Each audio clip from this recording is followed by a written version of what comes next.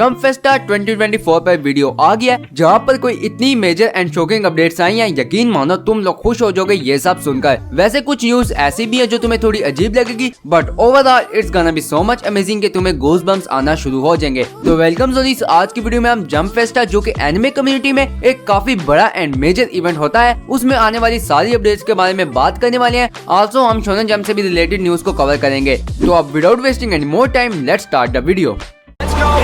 Fucking know is I got my pros and wherever we're going, you know we own it. All I fucking know is I got my pros and wherever we're going, I put my pros before.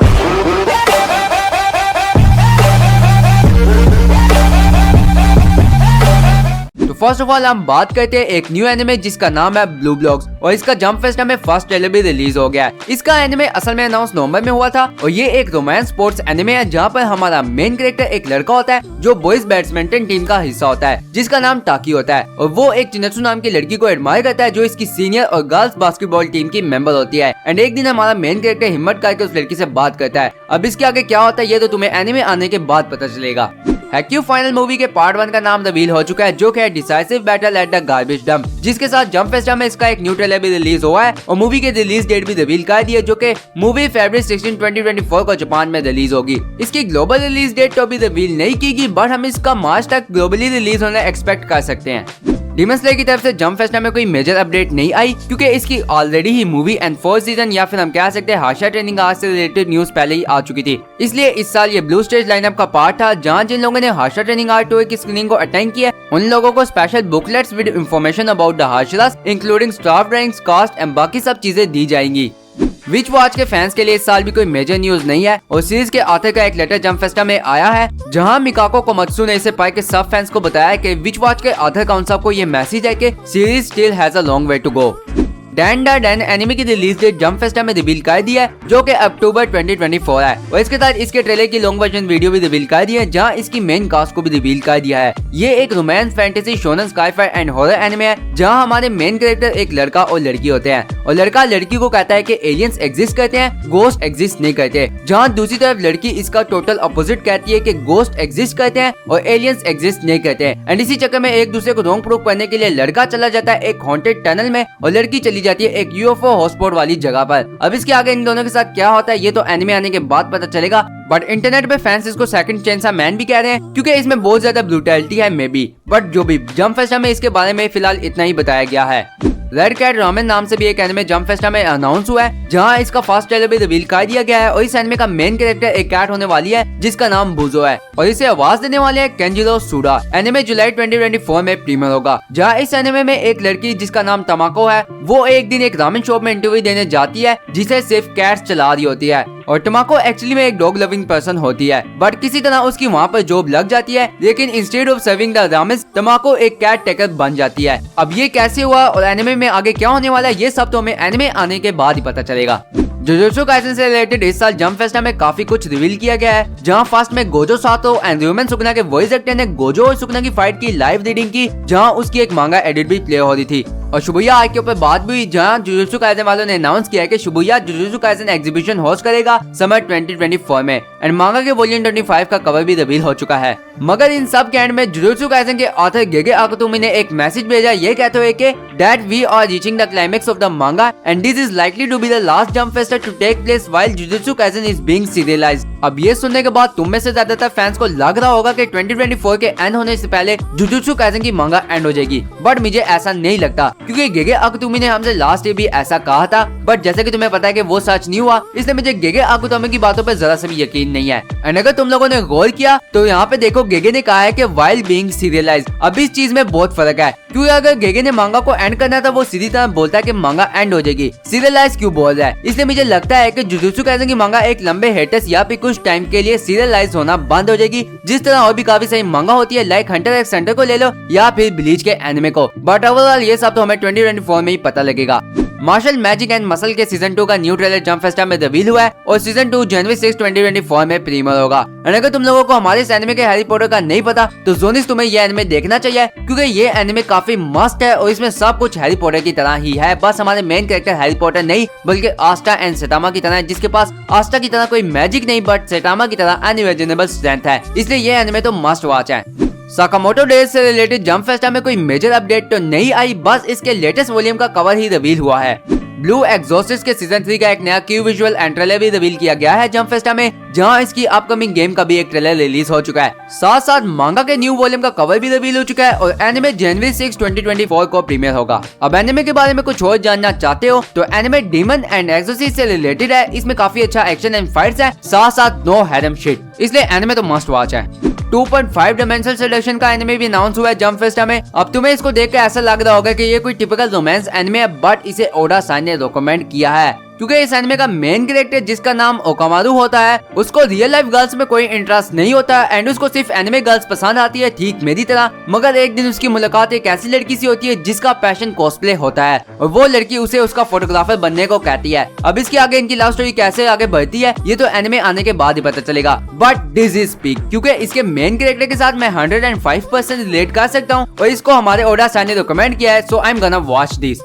Undead Unluck हमारे anime के Deadpool के anime के second goal का एक new trailer reveal हो चुका है jump Festa में। और जहां तुम लोगों में से किसी ने ये एनिमे नहीं देखा या इस एनिमे के बारे में उन्हें नहीं पता तो ऊपर आई बटन में एक वीडियो स्लाइड हो रही होगी, या फिर मेरे चैनल में जाकर इसकी वीडियो को देखो, क्योंकि वहां मैंने इसके बारे में सब कुछ काफी अच्छी तरह समझाया हुआ है एंड वो भी इसलिए क्योंकि ये एनिमे मस्ट वॉच है।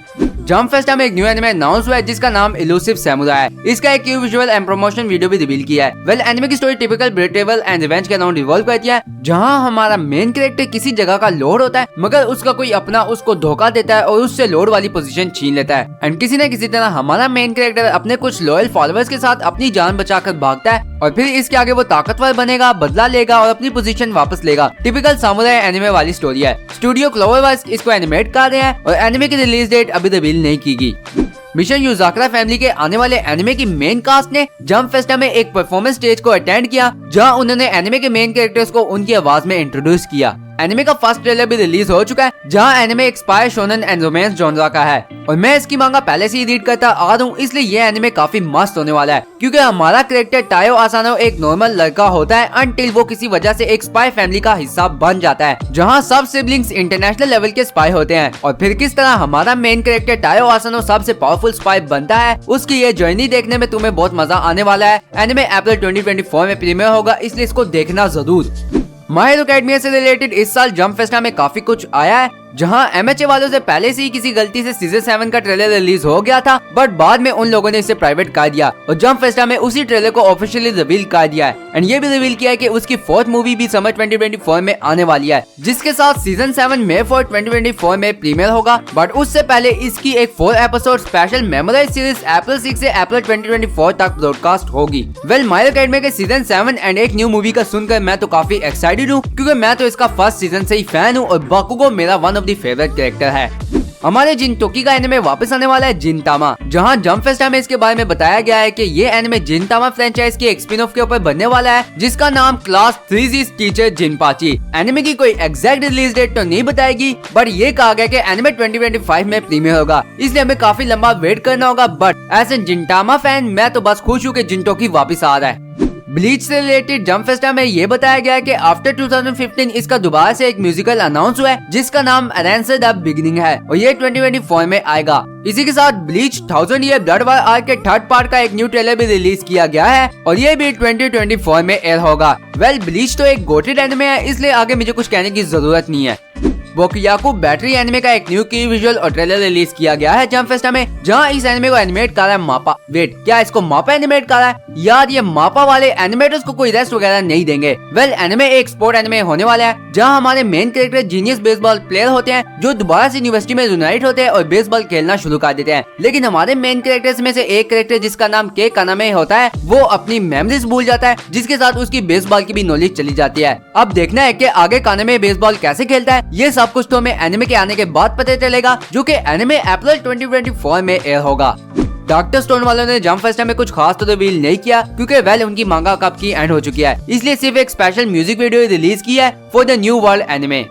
स्पाई एक्स फैमिली वालों ने भी जंप फेस्ट में कुछ मेजर रिलीज नहीं किया, बेशक वो एनिमे या मूवी से रिलेटेड क्यों ना हो, बट उसके निंटेंडो स्विच पर आने वाली गेम का रिमाइंडर जरूर मिला। हेल्स पैराडाइज का सेकंड सीजन अनाउंस हो गया, जहां जंप फेस्टा में इसका एक टीजर विजुअल भी रिलीज किया गया है एंड योटो सुजुकी भी इसकी कास्ट को ज्वाइन करने वाले हैं। वैसे मुझे तो इसका फर्स्ट सीजन इतना मस्त लगा कि मैंने इसकी मांगा ही रीड कर डाली उसके बाद, इसलिए मैं तो इसके सेकंड सीजन के लिए काफी एक्साइटेड हूँ। बट इसकी रिलीज डेट अभी तक रिवील नहीं की गई, बट हम एक्सपेक्ट कर सकते हैं ये समर 2024 तक आ जाए। चेनसा मैन ने जंप फेस्टा में कुछ ऐसा अनाउंस किया है जिसके बाद सब Chainsaw Man after One Piece internet पर शोर मचा रहे हैं, क्योंकि जंप फेस्टा में चेनसा वालों ने चेनसा मैन की एक न्यू मूवी अनाउंस किया है जिसका नाम है Chainsaw Man the movie Reze arc. अब ऑनेस्टली कहूँ तो रेजे का आर्क है तो मैं तो देखूंगा, क्योंकि जोनिस रेजे के ऊपर तुम सबका और मेरा भी काफी हार्ड वाला सिंप है, इसलिए अपनी वेफू पर आने वाली मूवी तो देखना बनता है। वेल मूवी की रिलीज डेट अभी तक रिवील नहीं हुई, बट जब रिवील होगी तो मैं तुम्हें अपने शॉर्ट्स में बता दूंगा या फिर इंस्टा पे, इसलिए मेरे इंस्टा अकाउंट को फॉलो कर लो, लिंक नीचे डिस्क्रिप्शन में मिल जाएगा। मोरियाटे द पेट्रोइड एनिमे का एक म्यूजिकल परफॉर्मेंस होस्ट किया गया है जंप फेस्टा में, जहां एनिमे हाईलाइटेड पैनल को शोकेस किया गया और इसकी मेन कास्ट के सब वॉइस एक्टर भी वहां पर प्रेजेंट है। तो अब तुम में से जिन्हें मोरियाटे द पेट्रोइड एनिमे नहीं देखा तो तुम्हें देखना चाहिए, अगर तुम्हें डेथ नोट एंड मॉन्स्टर जैसे साइकोलॉजिकल एनिमे पसंद है। इससे आगे मैं इसके बारे में कुछ नहीं कहूंगा, बस देख लेना जाकर अगर तुम्हें देखना है तो। फाइनली वन पीस वालों ने जंप फेस्टा में सबके मुंह खुले के खुले छोड़ दिए, क्योंकि इन लोगों ने वन पीस के एनिमे का रीमेक अनाउंस कर दिया जिसे नेटफ्लिक्स वी स्टूडियो और टॉय एनिमेशन वाले एनिमेट कर रहे हैं। अब ये न्यूज सुनने के बाद जंप फेस्टा पे काफी फैंस चौंक रहे, बट जैसे कि हमें वन पीस फैंस का पता है वो लोग तो उल्टा खुश हो रहे हैं और इंटरनेट पर अब हर दूसरे तीसरे एनिमे फैंस को तंग कर रहे हैं अपने एनिमे को गोटेड कहकर और शो ऑफ कर। वेल वन पीस गोटेड है, लेकिन फिर भी यार तंग ना करो दूसरे तीसरे एनिमे फैंस को, खास तौर पर नारुतो वालों को। वो लोग आगे बहुत डिप्रेस्ड है जो उनके साथ 4 एपिसोड वाला प्रैंक हुआ है। वैसे मुझे ये समझ नहीं आया कि वन पीस का रीमेक द वन पीस क्यों बन रहा है, क्योंकि अभी तक वन पीस के एनिमे को छोड़ो उसकी मांगा भी एंड नहीं हुई और ना ही मांगा के बहुत जल्दी एंड होने वाले असरात नजर आ रहे हैं, इसलिए अब मुझे समझ नहीं आ रहा कि ये रीमेक कब खत्म होगा। वेल इस रीमेक के अनाउंसमेंट के साथ एगेड आर्क के थीम सॉन्ग को भी रिवील कर दिया है, आ by Hiroshi Kitadani for opening and Dear Sunrise by Maki Otsuki for ending. One Piece anime की मेन कास्ट के वॉइस एक्टर्स ने स्टेज पर परफॉर्मेंस भी किया, जहां इनाकी गोडे जो लाइव एक्शन लूफी का रोल प्ले कर रहे हैं एंड जैकब रोमिरो जो लाइव एक्शन गोड उसप का रोल प्ले कर रहे हैं, दोनों ने एज अ स्पेशल गेस्ट अपना अपीयरेंस परफॉर्मेंस में दिखाया। तो जोनिस अब ये थी जंप फेस्टा में आने वाली सब मेजर एंड जो मुझे लगा कि तुम्हें पता होनी चाहिए वो सारी अपडेट्स, जिसे मैंने तुम्हें काफी इजीली एंड अच्छी तरह बता दिया है और समझा भी दिया, ये समझा देने की कोशिश की है। लेकिन फिर भी एज एन फॉर्मेलिटी अगर मैं कुछ बताना भूल गया तो तुम लोग मुझे नीचे कमेंट में जरूर बताना। या फिर जंप फेस्टा 2024 का तुम्हारा मोस्ट फेवरेट मोमेंट कौन सा था, नीचे कमेंट में हम सब के साथ जरूर शेयर करना। साथ साथ अगर इस वीडियो को यहाँ तक देख लिया तो इसको लाइक भी कर दो, क्योंकि अगर सच बताऊं तो बहुत मेहनत लगी है इसको बनाने में और तुम लोगों को वैसे भी इन्फॉर्मेशन मिल गया, इसलिए लाइक कर दो एंड पूरी एनिमे कम्युनिटी में इसको शेयर भी कर देना ताकि सब तक ये अपडेट्स चली जाएं। प्लस एंड में इस रेड वाले बटन को बस तुम सब्सक्राइब कर दो, कैसे भी करो मुझे बस ये सब्सक्राइब किया हुआ नजर आना चाहिए। तो अब इसी के साथ मुझे दो इजाजत, सायोनारा। इचिको ने नारुतो लूफी को मारा क्यों है? क्या लूफी ने नारुतो को कहा कि वन पीस का रीमेक बन गया, पर अभी तक नारुतो के सितंबर में आने वाले 4 एपिसोड नहीं आए?